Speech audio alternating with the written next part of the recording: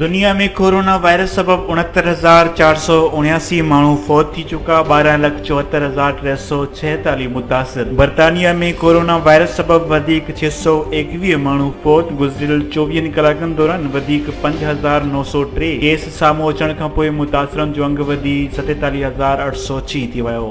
केर बि कम नथो करे, सिर्फ़ फंड्स जूं ॻाल्हियूं कनि पिया। Supreme court. Chief justice corona virus ऐं क़ैदियुनि जे मामले ते वफ़ाक़ ऐं सूबनि जी रिपोर्ट ते बेइतमादी ज़ाहिर कंदे चयो आहे त कहिड़ी एमरजेंसी आहे जंहिं में अस्पतालूं बंदि पियल आहिनि ऐं केर बि कम नथो करे, रुॻो फंड्स जूं ॻाल्हियूं करे रहिया आहिनि।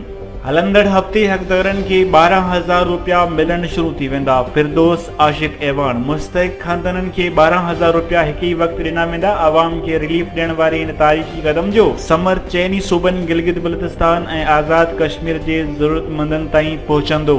ऐं कारोबार बंदि हुजण करे लखे माण्हू मुतासिर। बेकरियूं बि बंदि करायूं वयूं। सिंध में अॼु लाॻीतो 15 ॾींहं खां लॉकडाउन जो सिलसिलो जारी आहे। कारोबार बंदि हुजण करे लखे माण्हू बेरोज़गार थी विया आहिनि।